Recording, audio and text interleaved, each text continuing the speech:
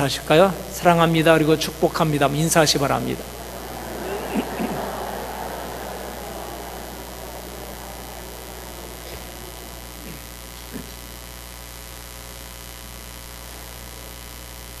오래전에 아버지의 핸드폰 글귀라는 제목의 글이 인터넷에 올랐습니다. 고등학교 무렵 아버지의 연년 사업 실패와 부모님의 별거로 벌써 7년째 아버지와 함께 가족의 생계를 책임지고 있는 여자입니다. 하루하루가 힘들고 지옥 같다는 생각으로 살아가고 있는 여자이기도 합니다. 아버지 또한 살아보려고 안 해보신 것이 없을 정도입니다. 많은 일을 전전하시다가 지금은 퀵 서비스를 하고 계십니다. 퀵 서비스라는 것이 그렇잖아요. 배달은 빨리 해야 하고, 그래서 빨리 달려야 하고, 그래서 그만큼 위험한, 제가 아는 것만도 벌써 4번째 사고가 났습니다.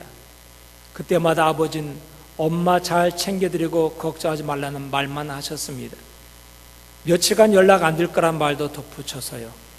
며칠 후 만나보면 어김없이 얼굴과 팔에 긁힌 상처, 울컥하지만 아버지 속상하실까 봐 참고 또 참곤 했습니다. 얼마 전 아버지 생신이었습니다. 큰맘 먹고 티셔츠 한 장 사드리려고 매장을 갔지만 몇천 원 사 차이에 망설이는 제 자신이 서 있더라고요.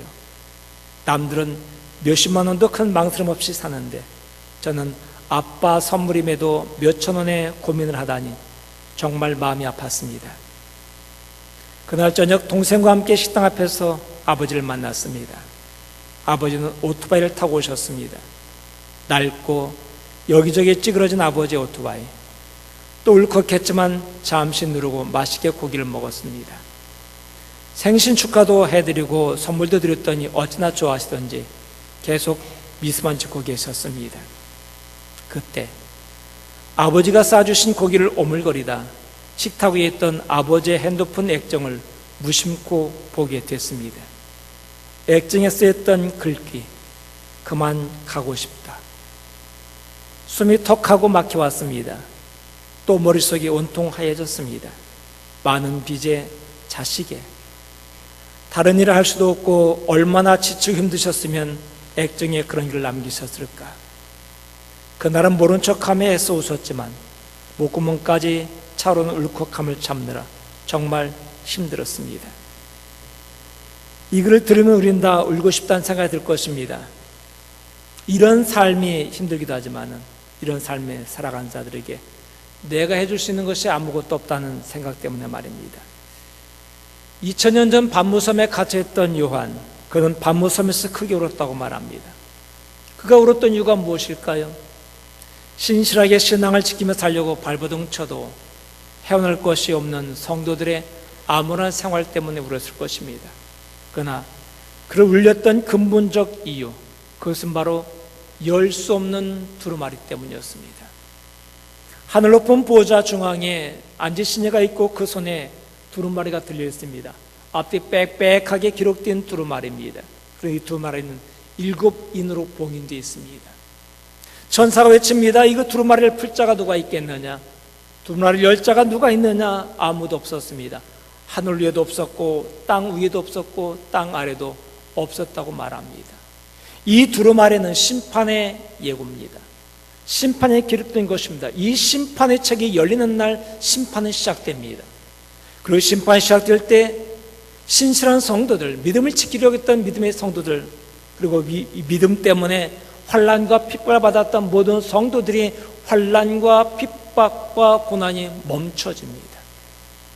이 책이 열리는 날은 악인들에게는 심판의 날이요 의인들에게는 구원의 날입니다. 그러기에 지금 믿음 때문에 심각한 아픔과 고통 속에 살아가고 있는 바로 소아시아 7교회를 바라보던 요한은 이 봉인이 해제되어야만이, 이 봉인이 열려야만이 모든 고통이 끝나는 것인데 이걸 열 자가 없게 통곡하고 있었던 것입니다. 무언가 해줘야 될 텐데 아무것도 할 수 없다는 사실 때문에 그는 울고 있었던 것입니다. 그런데 이 통곡은 영광으로 끝이 납니다. 이 봉인인 책은 열렸고 이 봉인인 책이 열리는 순간 하늘에서 영광의 찬양이 울려 퍼집니다. 오늘 바로 이 세상을 살아가는 우리 자신들에게도 눈물은 마를 날이 없을 것입니다. 조금 더 가진 사람이나 덜 가진 사람이나, 조금은 더 건강한 사람이나 조금은 불편한 사람이나 모두가 다 모두에게 눈물은 똑같습니다. 그런 우리가 오늘 이 말씀 통해 위로받게 되길 원합니다. 이 통곡 소리가 이 봉이 해제됨으로 말미암아 천상의 아름다운 영광의 찬송 소리로 변화되기를 간절히 바랍니다. 그러기 위해서 우리는 왜 울어야 하는지 이유를 찾기 원합니다. 우리는 왜 울어야 되나요? 우리가 울어야 될 첫 번째는 바로 우리의 무기력감 때문에 울어야 됩니다. 우리의 무기력함. 해주고 싶어도 아무것도 해줬으면 나 자신 때문에 말입니다. 창세기 21장 가보면 하갈이 등장합니다. 하갈은 우리가 잘 아는 대로 아브라함이 이 가나안 땅에 기근들었을 때에 아브라함이 사라를 데리고서 애굽 땅으로 피신했습니다. 그때 바로 애굽 왕으로부터 받았던 물질과 수많은 보화 그리고 양들 가축들 그리고 함께 이 여종도 선사받았습니다. 이 애굽 여인 하갈, 그는 바로 사라의 몸종이었습니다. 그렇게 해서 여인을 섬겼습니다. 그런데 시간 흐르면서 아브라함과 사라 사이에 아들이 없게 되자 어느 날 여주인 사라가 부릅니다. 네가 내 주인에게로 들어가서 아들을 좀 낳아줘야 되겠다. 이것은 당시 당연한 일이었기 때문에 아무런 문제가 되지도 않았고 하갈은 이것이 마땅히 해야 될 일이기 때문에 그에 순종했습니다. 그리고 임신했습니다. 또 임신하다 보니 마음이 달라져요. 여중임에도 불구하고 여주인이 못하는 걸 자기 했다는 마음 때문인지 마음속에 다른 마음이 생기기 시작하고 자기 주인을 업신여기는 마음이 생겨났습니다. 그래서 혼쭐이 났습니다. 너무나 서러워서 집을 나간 적도 없잖아 있었습니다. 그때 하나님께서 하갈에게 말하죠. 돌아가라. 돌아가서 네 주인에게 네가 할 일을 하라. 그렇게 시간이 흘렀습니다. 그러더니 어느 날 갑자기 하나님께 기적을 베푸심으로 말미암아 여주인 사라에게 아들이 태어났습니다. 그가 바로 이삭입니다.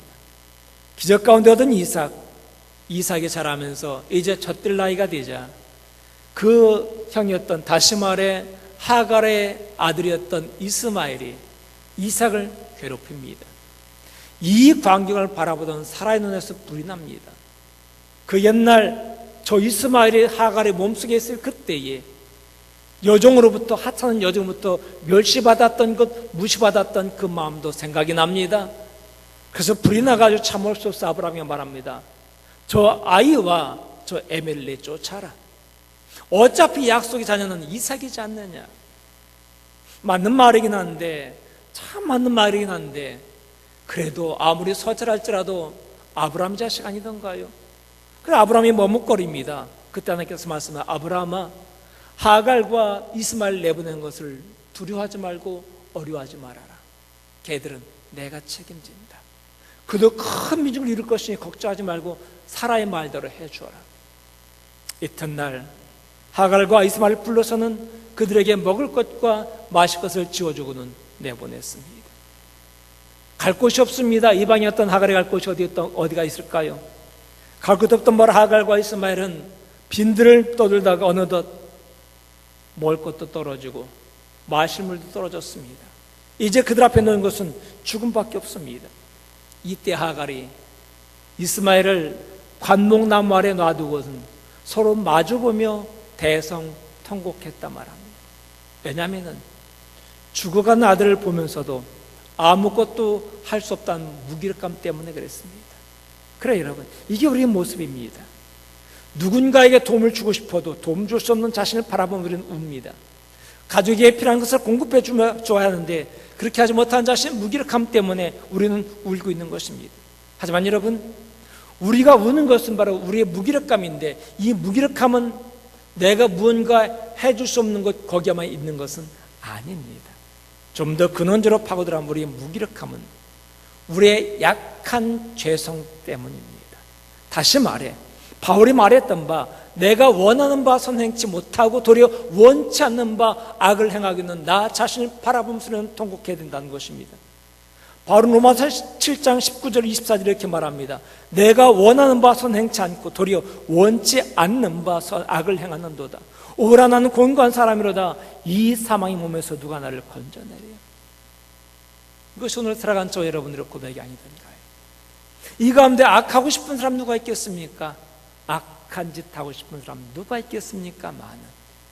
그러나 바울이 말했던 것처럼 그렇게 간절히 바라는 선을 행치 못하고 도리어 원치 않는 바 하기 싫은 악이 내 안에서 나오고 있다는 것입니다. 나도 모르게 내 입에서 난 말이 누군가를 찌르고 있다는 것입니다. 나는 괜찮다고 생각했던 나의 행동이 하나님 앞에서 악하게 여겨졌다는 것입니다.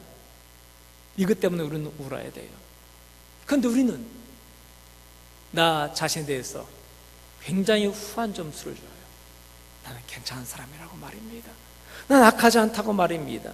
하지만 여러분, 나도 악할 수 있다는 것을, 나도 모르는데 나도 악했다는 것을 우리는 인정해야 돼요. 분당 만났기에 김병삼 목사님 그런 말 했답니다. 장로들 모아놓고 10년 전에 우리 교회는 싸우지 말자, 컨트리 치면 화도 내지 말자, 이런 교회 만들자. 그래서 그렇게 해나갔답니다. 그러니까 자기는 한 번도 화를 낸 적이 없대요. 어느 날 이제 장로들과 함께 더불어서 이제 야외 가서 함께 모였습니다. 그리고 허심탄회하게 얘기하자고, 불만 있으면 얘기하라고, 마음에 안 드는 것 있으면 얘기하라고. 그랬더니 진짜 그래도 그냥 묻더랍니다. 그래도 된다고. 왜 불만이 이렇게 많은지 미처 몰랐답니다. 그런데 쭉 들고 나서 어떤 장로님 한마디 하더랍니다. 목사님, 이 말에도 진짜 화 내실 거죠? 화 안 낸다고 말해보라고. 목사님, 화내지 마세요 그러더랍니다. 지금까지 화낸 적 없는데, 화 안 냈는데 무슨 얘기 하는 거냐고 그랬더니, 목사님, 화 안 냈다고 말해도 얼굴에 다 써 있어요. 우리는 그래요. 난 화 안 냈어. 근데 얼굴에 써 있어요. 우리가 그런 인간입니다. 저도 마찬가지입니다. 저는 비교적 젊은 나이에 운전면허를 땄습니다. 그때 면허를 따면서 결심한 게 두 가지 있었다고 그랬죠? 욕하지 말자, 화내지 말자. 잘 지켰습니다. 어느 정도 잘 지키느냐? 한참 피가 끓는 30대 초반에 운전할 때입니다. 근데 전에 운동 감각도 있고 방향 감각도 있기 때문에 앞에 차 꽁무니만 봐도 끼어들 건지 안 끼어들 건지 알아요. 벌써 눈치챕니다. 아니나 다를까 끼어들 건 끼어들어요. 그런데 비가 못이 쏟아지는 여름이었습니다. 전혀 예기치 않았는데 버스가 확 끼어들더라고요. 제가 눈치 못 챌 정도면 얼마나 급하게 들어왔겠습니까? 깜짝 놀랐습니다. 비가 막 내리는 날, 이런 때는 브레이크도 함부로 못 잡잖아요. 진짜 놀랐습니다. 그렇게 놀란 적 없었어요. 마침 신호대기 서 있기에 버스가 서 있고 제가 옆에 섰습니다. 창문 열었죠. 그리고 문 열으라고. 그때 버스가 문 열더라고요. 소리쳤죠. 깜짝 놀랐잖아요 라고. 화가 났지만은 화내지 말자는 마음 때문에 화가 싹 가라앉고 나서 그렇게 말했더니 운전사가 웃으면서 미안하다고. 버스에 있는 사람 얼마나 웃었겠습니까? 저런 인간은 다 있구나. 그런 인간입니다. 그런데 그런 인간이 끝까지 그랬을까요? 아니요. 좀 운전 습관이 달라지기 시작했습니다. 화가 나요. 욕은 안 했지만 막 화가 납니다. 여기 이제 5년째니까 아마 그때쯤 그런 것 같아요. 운전하면서 짜증나기 시작하고 화가 나기 시작하고, 막 끼어드는 건, 화가 나는 건 그래도 화날 수 있다고 보겠지만요, 왜 이렇게 천천히 갑니까? 앞에 뻥 뚫리는데 말입니다. 이것 때문에 화가 나더라고요. 끼어든 것 때문에 화가 난 게 아니라 천천히 간다고 화가 나더라는 것입니다. 그때 알았습니다. 나란 인간이 이렇구나. 나란 인간이 이러고 있구나. 지금 사람들에서 욕한 적 없고 화낸 적 없지만 내가 지금 화를 내고 있구나. 화가 나고 있구나. 참는 것 뿐이지. 여러분, 우리는 내 자신 다 괜찮은 줄 생각합니다. 이 정도면 괜찮다고 생각하는데 여전히 내 마음속에 악한 마음이 도사리고 있어 언제 뛰쳐나올지 모를 뿐입니다. 단지 억누르고 있는 것 뿐입니다. 우리는 악을 행하고 싶지 않아요. 그런데 어떤 사람은 억누르는 게 참다 못해서 빨리 뛰쳐나오는 사람이 있고, 어떤 사람은 늦게 뛰쳐나오는데 언제 나오느냐? 그 앞에서는 안 뛰쳐나오고 집에 가서 뛰쳐나오는 경우도 많아요. 집에는 마누라만 힘들게 하는 경우도 있고. 이게 우리 자신들의 모습이라는 것입니다. 이런 나 자신의 모습, 나 자신도 별 수 없다는 것을 깨닫고 이 사실 때문에 우리는 울어야 돼요. 여러분, 우리가 누군가를 돕고 싶은데 도울 수 없는 것, 그리고 내 안에 선행하고 싶은데 악을 행하는 나 자신만 바라보면서 우리는 울기만 해야 될까요? 아닙니다. 성경 말합니다. 우리가 우는 것 말도 하시는 것이 있는데 그것은 바로 기도라고 말입니다. 요한이 봤던 환상 가운데 어린 양이 두루마리를 취하는 환상을 봅니다. 그때 24장로들이 어린 양 앞에 검은과 향이 가득한 금대접을 가지고 서 있는데 그 향이 성도들의 기도라 말합니다. 자, 8절 말씀 보실까요? 그 두루마리를 취하심에 네 생물과 24장로들이 그 어린 양 앞에 엎드려 각각 검은과 향이 가득한 금대접을 가졌으니 이 향은 성도의 기도드리라. 이 얼마나 아름다운 환상인가요? 우리가 고통 속에 울부짖으며 흘렸던 눈물의 기도가 아름다운 향이 되어 어린 양의 보좌 앞에 퍼지고 있다는 것입니다. 고통 속에 부르짖었던 바로 성도들의 기도가 아름다운 향기 되어 어린 양이신 바로 예수 그리스도 앞에 올려진다는 것입니다. 심판장이신 바로 예수 앞에 올려진다는 것입니다. 그분께서 통곡소리를 들으셨고 그분께서 우리의 눈물을 보셨다는 것입니다. 여러분, 이 세상에 눈물 흘리지 않는 사람이 누가 있을까요? 다 눈물 흘리며 살아갑니다. 다 눈물 속에 살아갑니다. 그러나 중요한 것은 어디서 눈물을 흘리냐입니다. 어디서 눈물을 흘리느냐. 하나님 앞에 흘리는 눈물이 아름답습니다. 그 눈물은 아름다운 향기가 되어 주님 앞으로 올려줍니다. 바로 다윗이 그랬습니다. 그는 주님 앞에 눈물을 흘리며 이렇게 기도했습니다. 시편 56편 8절 보니 나의 유리함을 주께서 계수하셨사오니 나의 눈물을 주의 병에 담으소서. 이것이 주의 책에 기록되지 아니하였나이까. 나의 유리함을, 나의 방황함을, 나의 떠들어다는 것을 주께서 다 세보셨사오니 나의 눈물을 주의 병에 담아주십시오. 이 시는 다윗이 사울에게 쫓기던 때에 썼던 시입니다. 이 시편 56편 맨 첫 번째 보면요, 이런 표제가 붙어 있어요. 다윗이 가드에서 블레셋인에게 잡힌 때에, 블레셋 사람에게 잡혔을 때에 사울이 그를 죽이려 하자 그는 도망다닙니다. 그런데 더 이상 유다 땅에는 피해 숨을 곳이 없습니다. 그래서 하는 수 없이 울며 겨자 먹기로 블레셋 땅으로 건너갑니다. 근데 블레셋이 어떤 땅인가요? 이 블레셋은 이스라엘의 철천지 원수입니다. 게다가 다윗은 어린 시절 블레셋의 최고의 장수 골리앗을 짱돌로 때려 죽였습니다. 그런 다윗이 블레셋에 들어가면 죽은 목숨이나 다름없죠. 이젠 나이가 들었으니, 어느 정도 시간이 흘렀으니 아마 모를 수도 있겠다 싶겠지만 워낙 유명했던 다윗인지라 다윗을 알아보는 사람이 꽤나 많았던 모양입니다. 슬그머니 숨어 들어갔는데 누군가 그를 알아본 거죠. 이 사람이 바로 골리앗을 때려 죽인 다윗이 아니더냐. 자기 신분이 탈로 났습니다. 그래서 다윗은 살기 위해서 침을 질질 흘리면서 미친 척 했고 그 결과 그는 죽음은 면했습니다. 생각해 보세요. 아무런 잘못도 없이 시기 질투심 때문에 사울에게 쫓기는 것도 서러운데 쫓기다 갈 곳도 없어서 원수의 땅에 온 것도 서러운데 게다가 목숨 부지하고자 침을 질질 흘리고 있는 미친 척 해야만 되는 자기 자신의 형편, 이걸 생각할 때 얼마나 눈물이 났겠습니까?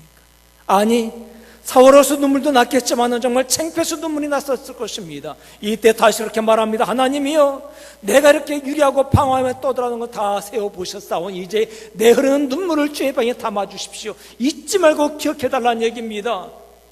그가 바로 다윗 블레셋 왕 가동 앞에 가가지고 붙잡고 하선할 수 있었을 것입니다. 왕이여, 내가 갈 곳이 없으면 나를 좀 살려주신다면 내가 당신에서 무엇인지 하겠습니다. 하지만 그는 사람을 쫓아가지 않고 사람에게 가지 않고 하나님께 나아가 자기의 심정을 털어놓고 하나님께 기도한 것입니다. 하나님, 나의 눈물을 주의 병에 담아주십시오.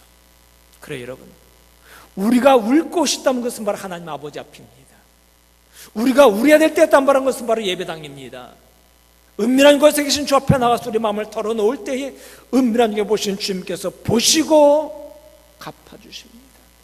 은밀히 갚아주세요. 그런데 우리는 너무 답답한 나머지 눈에 보이는 것을 의존하려 합니다. 친한 사람 붙잡고 하소연합니다. 하소연할 때 마음이 좀 시원해졌죠. 왜냐하면 우리는 마음속에 있는 것만 얘기만 해놔도 시원해지기 때문에 말입니다. 그런데 그 후에 밀려오는 후회감 경험해 보셨나요? 정말 마음이 답답해 누군가 털어오는 그 말이 다시 흘러와서 내게 들릴 때는 이상한 말로 들려지는 현상 말입니다. 내가 말했던 그 사람이 나쁜 사람이라는 게 아닙니다. 사람이기 때문에 그래요. 지금 저는 여러분에게 똑같은 설교를 하고 있습니다. 수백 명이 같이 듣는데 느끼는 건 다 달라요. 왠지 아십니까? 우리는 머릿속에 녹음기처럼 기록되는 게 아닙니다. 내 생각을 거쳐서 기록이 됩니다. 그러기에 걸릴 건 걸리고 빠뜨릴 건 빠뜨리고 집어넣을 건 집어넣으면서 기록이 된다는 것입니다. 그래서 우리의 기억은 정확치 않습니다. 거짓말한 게 아닙니다. 그 사람 나쁜 사람 아닙니다. 자기 기억 장치가 그렇기 때문에, 인간이기 때문에 내가 느낀 거 그걸 옆에 사람한테 전합니다. 그러면 그 사람은 또 자기가 느낀 대로 받아들여요. 이렇게 거치다 보면 처음에 말했던 것 전혀 이상한 딴 말이 돼가지고 본인한테 돌아오는 게 인생사라는 것입니다. 오죽하면 우리가 힘들 때 같이 털어놓고 같이 기도하자고 중보기도점을 내놨는데 이게 이상하게 흘러나가서 자기 뒤통수를 치는 일 오죽 많았기에 중보기도점을 내놓으라면 아무도 안 내놓는가요? 나빠서가 아닙니다. 우리의 본성이 악해서 그래요. 그러기에 우리가 후회 없이 우리의 눈물을 쏟아지는 곳은 다른 곳이 아니라 하나님 아버지 앞입니다.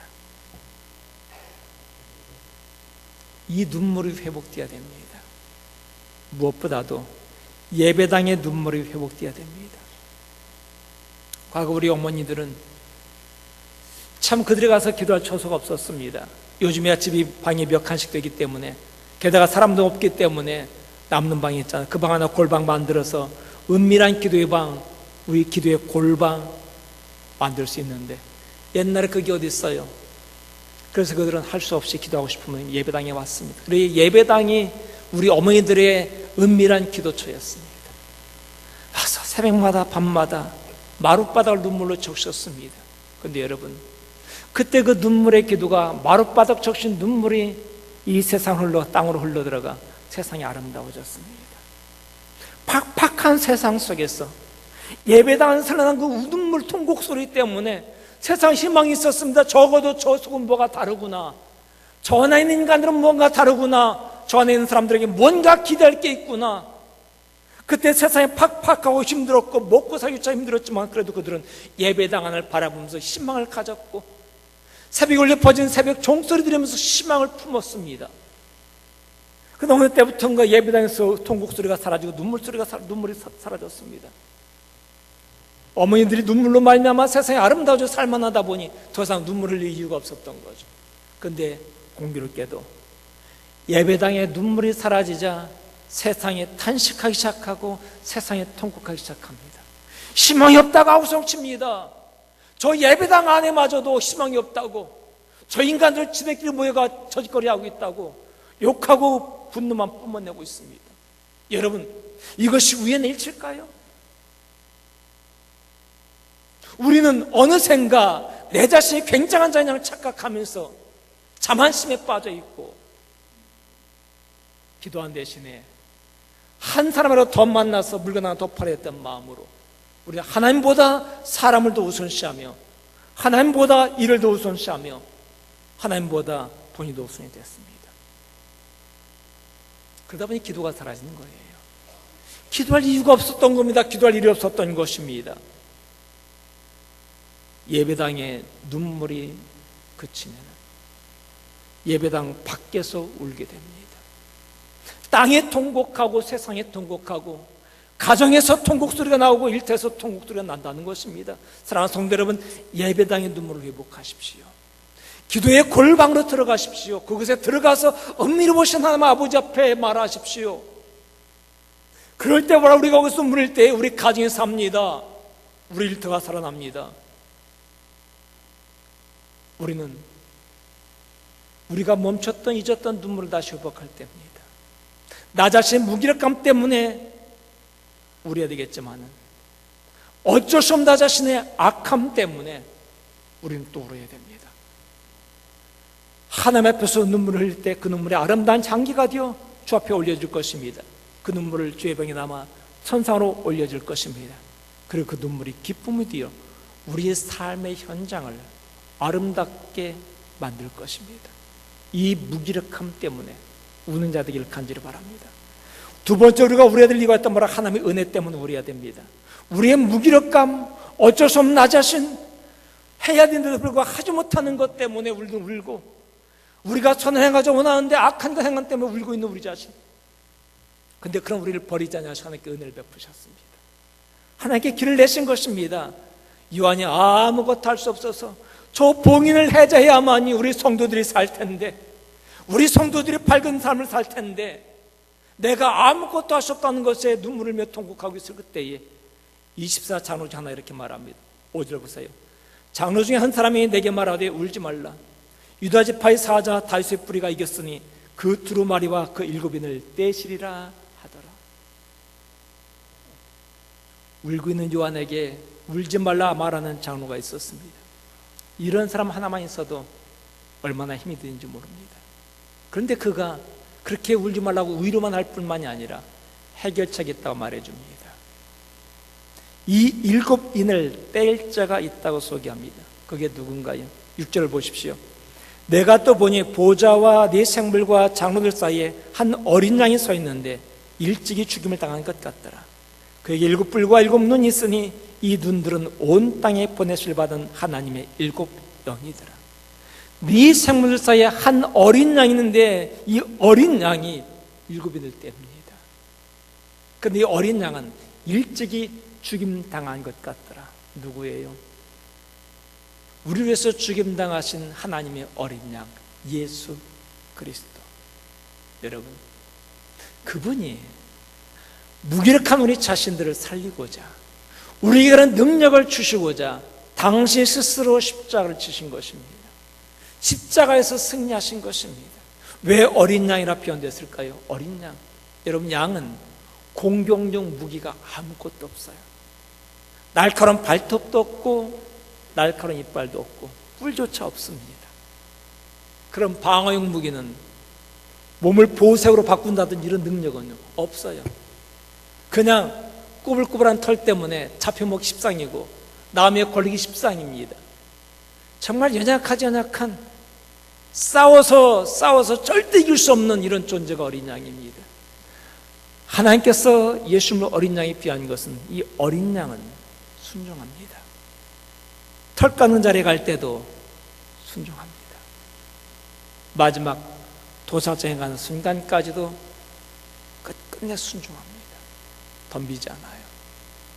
우리 주님이 그러셨습니다. 십자가를 지실 때에 억지로 지신 게 아니라 기꺼이 지셨습니다. 십자가에서 네가 정말 하나님의 아들이냐? 정말 그렇다면 뛰어내려봐라 하고 조롱하고 침뱉는 모욕을 당하는 앞에서도 그분이 끝까지 참으셨습니다. 왜냐고요? 그래야 저와 여러분이 살거든요. 우리를 살리고자 그 일을 하신 것입니다. 여러분, 그분은, 우리를 향한 그분의 사랑은 아무도 못 막아요. 이것이 은혜 아니던가요? 이것이 은혜 아니던가요? 우린 바로 이 은혜 앞에 감격하면서 눈물을 흘리게 될 것입니다. 나를 사랑하사 당신의 목숨을 버리신 그 십자가의 사랑 때문에 말입니다. 그런데 여러분, 더욱 놀라운 것은 이 어린 양이, 십자가 달리시는 어린 양이 다시 살아나셨습니다. 그리고 하나님 보좌 앞에 서 있는데 그분의 모습이 옛날의 어린 양이 아닙니다. 7뿔을 가지셨습니다. 뿔은 권세를 상징합니다. 그리고 7이라는 숫자는 완전 숫자입니다. 완벽한 권세를 가졌다는 것입니다. 이제 더 이상 울면서 통곡하면서 그렇게 있는 존재가 아닌, 우리를 모욕 주고 우리를 핍박하고 우리를 괴롭혔던 악한 원수들을 짓밟을 수 있는 능력과 권세를 가지신 그분이라는 겁니다. 이렇게 생각해 봐요. 참 가난한 집, 먹고 사는 것조차 힘든 집에서 애들이 참 잘 커주는 것도 복입니다. 그 애들한테 고마워해야 됩니다. 삐딱하게 안 나갔으니까. 그런데 삐딱하게 안 나가고 이렇게 곱게 커중만 공부하는데 이 녀석 얼마나 공부를 잘하던지 그만 인류대학에 합격했습니다. 인류대학이면은 하숙비에다가 등록금에다가 엄청 돈 많이 들어가잖아요. 가난한 집 아이가 인류대학에 합격했다는 것은 경사와 함께 더불어서 경기가 일어날 일입니다. 차라리 공부 못하면요, 어차피 잘됐다, 너 대학 들어가지 마라, 쉽게 말할 수 있는데 이놈이 공부도 잘해놓고 인류대학 합격해놨으니 들어가지 말라고 등록금 없다 말하지 못하잖아. 그게 더 큰 아픔인 거죠. 그런데 이런 아픔을 겪는 것을 알고서 마음 좋은 능력 있는 사람이 등록금을 해결해 줬다는 겁니다. 이거예요. 우리 주님은 저와 여러분이 연약함을 아시고 긍휼히 여기시며 불쌍히 여기실 뿐만이 아니라 우리를 도우시는 능력을 가지신 자라는 것입니다. 여러분, 세상에는 이 도울 마음, 불쌍히 여기는 마음을 가진 자는 많지만 도와줄 자가 적습니다. 그런데 도와줄 능력은 가졌어도 이런 마음 가진 자가 적다는 것입니다. 그러기에 우리가 힘들고 고통스러울 때 우리에게 도움 줄 자가 없는 거예요. 도와주고 싶어도 능력 없어 못 도와주는 사람이 있고, 도와줄 능력이 있는데 도와줄 마음이 없기 때문에 못 도와주는 사람이, 그래서 결국은 못 도와주는 사람뿐이죠. 그런데 우리 주님은 우리 약함 때문에 우리를 위해서 눈물 흘리시며 우리와 함께 울고만 계신 분이 아니라 우리 곁에 오셔서 함께 울면서 내 너를 안다, 내 너를 안다 이렇게 말씀하실 뿐만이 아니라 나의 아픔과 나의 고통의 모든 문제를 해결하시고 나의 원수를 짓밟으시고 그 원수들의 손에서 나를 건져내실 능력을 가진 자라는 것입니다. 그러게 히브리서 4장 15절 16절 이렇게 말씀하시죠. 우리에게는 대제사장은 우리 연약함을 동정하지 못하실 리가 아니요 모든 일에 우리가 똑같이 시험을 받은 자로도 죄는 없으시니 그러므로 우리가 때를 따라 돕는 은혜를 얻기 위해서 은혜의 보좌 앞에 담대히 나갈 것입니다. 여러분, 저 여러분들 앞에 나갈 수 있는 능력이 무엇이던가요? 앞에 나갈 만한 자격 없습니다. 도와달라고 말할 염치 없습니다. 그래 쭈뼛거릴 때 성경 뭐라 말하냐? 아니다, 그러지 마라. 우리의 대제사장이신 어린 양이신 예수님, 그분은 우리가 얼마나 연약한지 얼마나 부족한지 다 알고 있고 그분도 겪어보셨다. 그래서 다 안다. 그런 더 이상 쭈뼛거리지 말고 이제 은혜의 보좌 앞에 때를 따라 돈 은혜를 달라고 그 은혜의 보좌 앞에 당당히 나가라. 이게 감격 아니던가요? 이게 감동이 아니던가요? 우리가 이 땅에서 눈물을 흘리면서 고난의 길을 갈 때 이 말씀 지키기 전까지 이 말씀 부둥켜 안고서 험난 길 가면서 눈물을 흘릴 그때에 우리 주님은 가만히 보고만 계셨던 게 아닙니다. 그들의 심소리를 들으셨습니다. 그리고 그들의 눈물도 보셨습니다. 그리고 그분이 이제 심판하러 오십니다. 천군 천사를 대동하고서 이 땅을 심판하고 악인들을 멸하러 오실 그때에 그분이 오셔서 악인들을 멸하고 난 다음에 우리를 만나 주실 것입니다. 그리고 우리는 흐르던 그 눈물을 닦아 주실 것입니다. 주님의 손길이, 그 따스한 손길이 내 눈에서 흐르는 눈물, 내 가슴에 흐르는 눈물을 닦아줄 그때 우리는 다시 한번 펑펑 울게 될 겁니다. 그때 흐르는 눈물은 통한의 눈물이 아니라 감격의 눈물입니다. 모든 게 끝났구나. 이 감격의 눈물을 흘리게 될 것입니다. 그래요. 우리는 우리의 무기력함 때문에 울지만은 우리는 그분의 은혜 때문에 또 한 번 울게 될 것입니다. 전 설교를 시작하면서 읽어드린 아버지 핸드폰에 새겨진 글귀, 이제 그만 가고 싶다. 이 글귀가 남 얘기처럼 들리진 않아요. 어쩜 우리 가운데 표현하지는 않았을 뿐 이런 마음 가진 사람이 적지 않을 거라 생각되어집니다. 그런 사람들에게 김영환 시인의 울꽃이라는 시를 좀 소개해드립니다. 할머니 어디 가요? 예배당 간다. 근데 왜 울면서 가요? 울려고 간다. 왜 예배당 가서 울어요? 울 데가 없다. 이 세상 울 데가 왜 없겠습니까? 이 세상 울 곳이 왜 없겠습니까? 이 세상 내가 붙들고 하시는 사람 한 사람이 왜 없겠습니까? 그러나 이 할머니, 그 사람 붙잡고 하세요 분들 남는 게 뭐가 있겠냐고.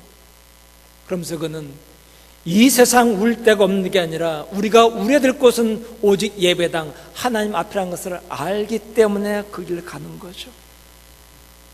그 옛날 다윗이 그랬던 것처럼 말입니다. 사랑하는 성도 여러분, 이 세상에 울 곳이 없어 울기 위해서 예배당 간 할머니가 저 여러분이 아니던가요? 그렇습니다. 은밀한 곳에 들어가서 은밀한 중에 계신 그분 앞에 우리 마음속에 모든 것들을 털어놓으십시오. 나의 무기력감을 내려놓고 통곡할 수 있게 되길 바랍니다. 우리가 울어야 우리 자녀가 울지 않습니다. 교회가 울어야 세상에 통곡하지 않습니다. 예배당 안에서 눈물을 흘려야 예배당 밖에서 웃을 수 있습니다. 아직 흘려야 될 눈물이 남아있다면 이 시간 하나님 앞에 나가십시오. 그리고 그분 앞에 조용히 아르시기 바랍니다. 은밀한 여보신 하나님께서 은밀히 갚아 주실 것입니다. 이 하늘의 위로가 저 여러분에게 넘쳐지기를 간절히 축원합니다.